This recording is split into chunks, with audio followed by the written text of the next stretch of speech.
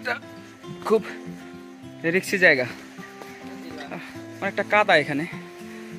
Botanical garden থেকে ভিতরে প্রবেশ করার পর আপনাদেরকে প্রায় 20 থেকে 30 মিনিট হাঁটতে হবে সুতোদারা ঝর্ণা টুতে যাওয়ার জন্য।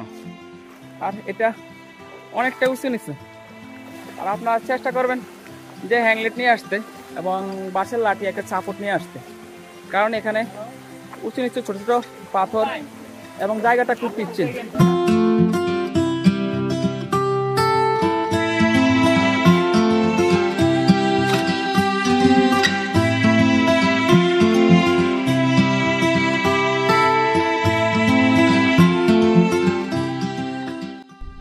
সুতোদারা ঝর্ণায় যাওয়ার জন্য আপনাকে প্রথমে চট্টগ্রাম সীতাকুণ্ড বাজারে আসতে হবে।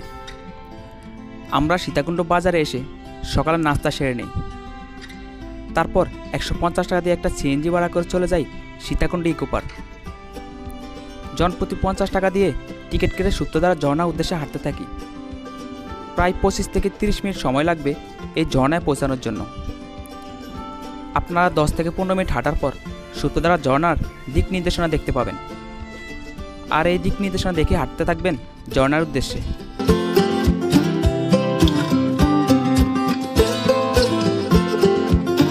পাহাড় থেকে নিচে নামার এই পথটা অনেকটা উঁচু নিচু এবং কাদা। পাহাড় থেকে নেমে আপনারা এই ছোট সেটুই দেখতে পাবেন, এটা অনেকটা সুন্দর দেখতে।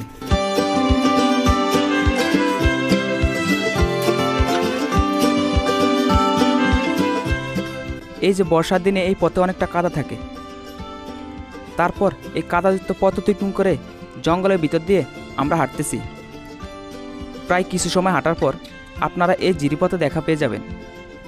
আপনারা এই জিরিপথ ধরে হাঁটতে থাকবেন সুতোদারা ঝর্ণার উদ্দেশ্যে।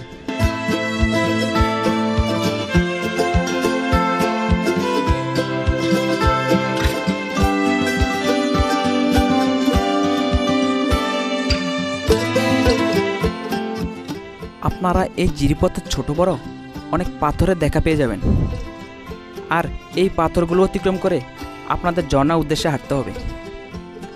আর এই পথে হাঁটার জন্য সাপোর্ট হিসেবে একটি লাঠির প্রয়োজন হবে। আপনারা লাঠি এবং হ্যাংলেট নিয়ে আসবেন এই জিরিপথ অতিক্রম করার জন্য। আমরা ঝর্ণার কাছে আসতেই অনেক মানুষ দেখতে পাই, আর মাশাআল্লাহ ঝর্ণাটি অনেক সুন্দর দেখতে। এটাই আল্লাহ তাআলার অপরূপ সৃষ্টি।